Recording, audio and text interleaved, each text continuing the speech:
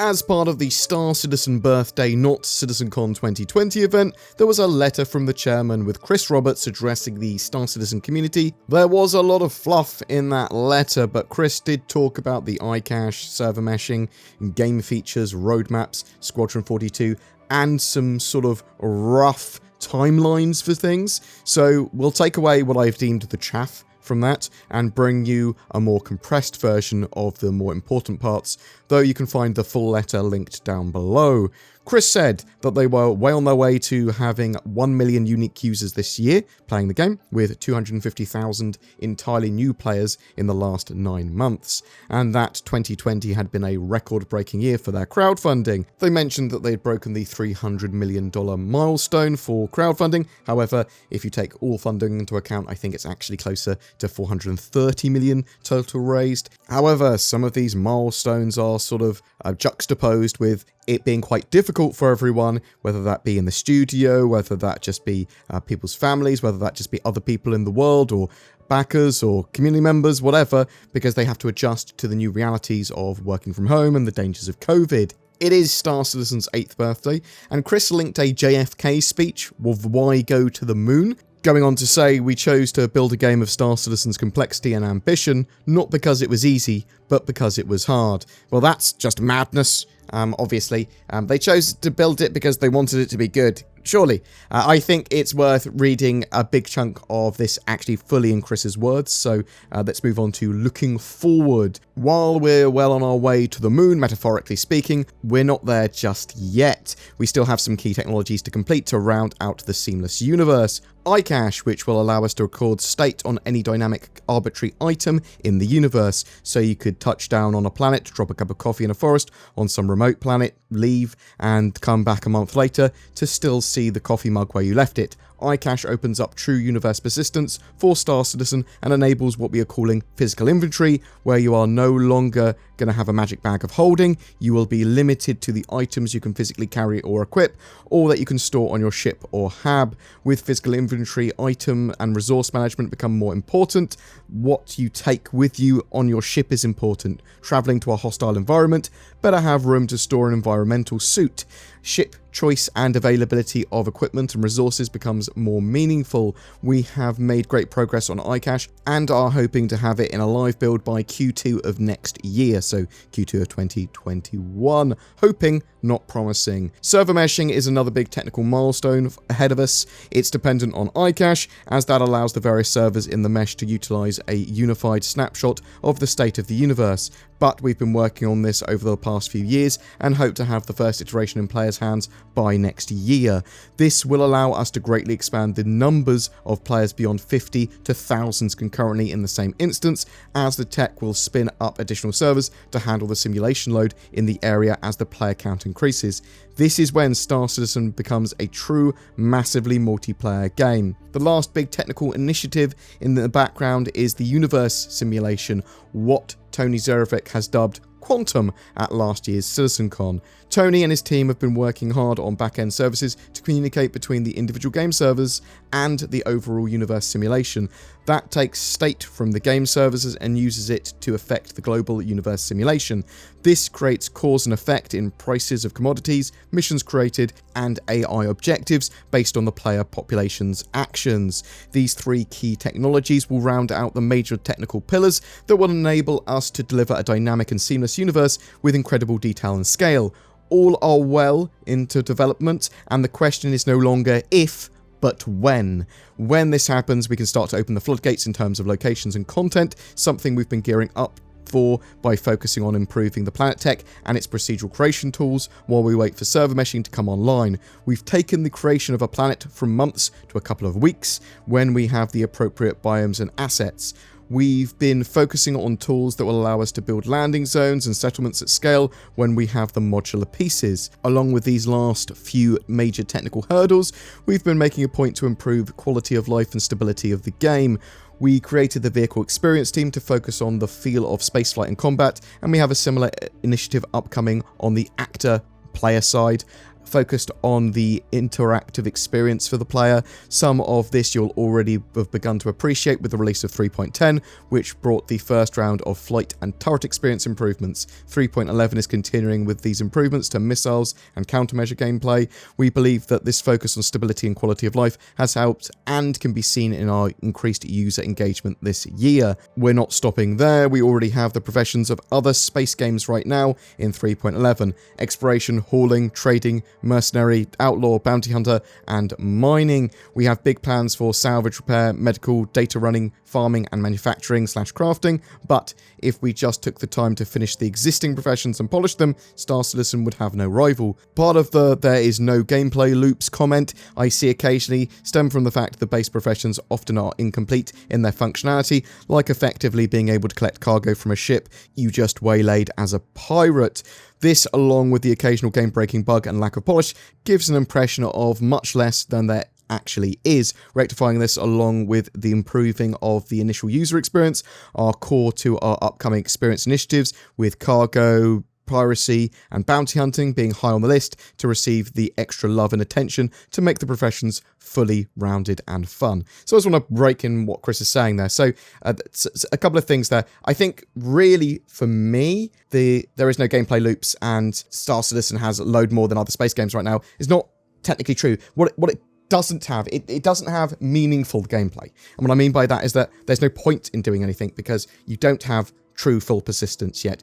You don't have huge chunks of the game. It is quite shallow in a lot of its gameplay, and it doesn't have that true progression that you'd have in a MMO. There's no real reasons to gain money at the moment. Yes, you can gain Alpha UEC and you can purchase ships in-game, which sometimes will be saved between patches, but there is going to be a reset at some point. And a load of these ships don't have the gameplay loops that they need. It is very basic cargo running, combat, and then some of the other missions. Exploration that they mentioned there isn't really in at all. I mean, you can look around places as a tourist, yes, and it's very pretty, and the game looks amazing. But I wouldn't say that it's the gameplay currently that's brought more players to the game. I just think a lot of players want to see what the game is about and go, actually, there's a huge amount of potential here and the project looks really good. And if they can do what they say they're going to do, that's going to be great. Back to Chris now. And it's not just about our destination, it's about the journey, and along the way we are aiming to make it fun to play and support Star Citizen while it's being finished around you. The Fleet Week event back in May was just the first of many dynamic events we are planning. This year's Intergalactic Aerospace Expo, so that's the end of November, big sale and typically free fire event and loads of stuff happening in game, moves to an all new location built from the ground up at New Babbage on Microtech, and there's been some disturbing transmissions coming from Pyro. So actually, for people that don't know, there was some leaks a while ago about Xenothreat, who are a pirate organization that are going to be coming from Pyro, and there's basically going to be big Xenothreat fleets with capital ships like the Idris, and sort of moving around the verse, causing trouble, and a mission or missions to go and combat that threat. Should you believe the rumors, there's going to be this big fleet which you can then attack as a big like server-wide raid, pretty much. And there's going to be like open missions to go and deal with them, and everyone will be invited to do that. And it looks pretty cool. I love the idea of it for sure. Give me in-game events, give me the ability to attack Idrises, and I'll be happy.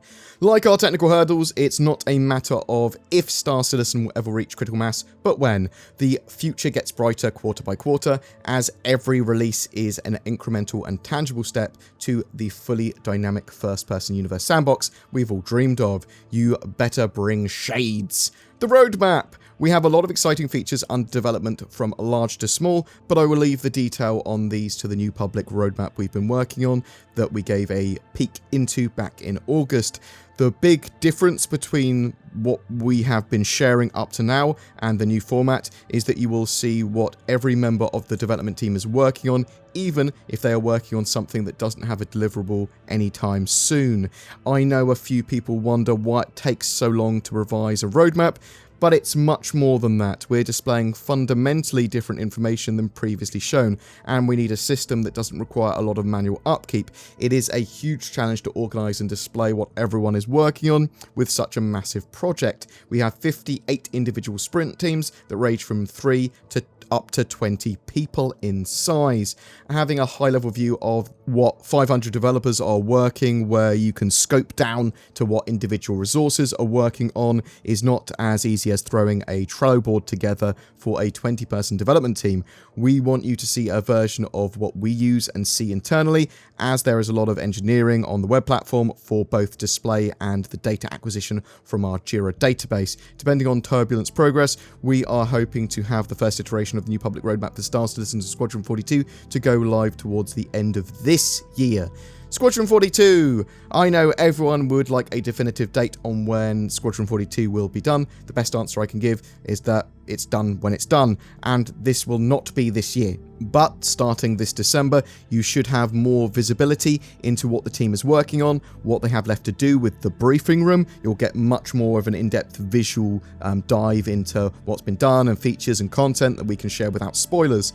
I want Squadron 42 to be finished and played by all of you more than anyone. I can tell you that the team is in closeout mode and we're actively looking to burn down our remaining tasks and focus on polishing gameplay. It's going to be a game that's worth the wait, and one that the team and I and you and the community who supported its creation will be proud of. And that's the important parts from Chris's letter. Some solid informations there, though a little disappointing with some of the dates. They are targeting iCache for Q2 2021, and it sounds like either at the same time or soon after physical inventory will come with that. Server meshing is planned after that for 2021 as well though, and we know that Pyro is planned to come at the same time. The Intergalactic Aerospace Expo this year is going to be at New Babbage, so there's going to be an in-game event again, and I would expect the same as we've had previous years. However, they did say the messages from Pyro, and it's this disturbing, worrying messages, expect threat, expect an in-game event,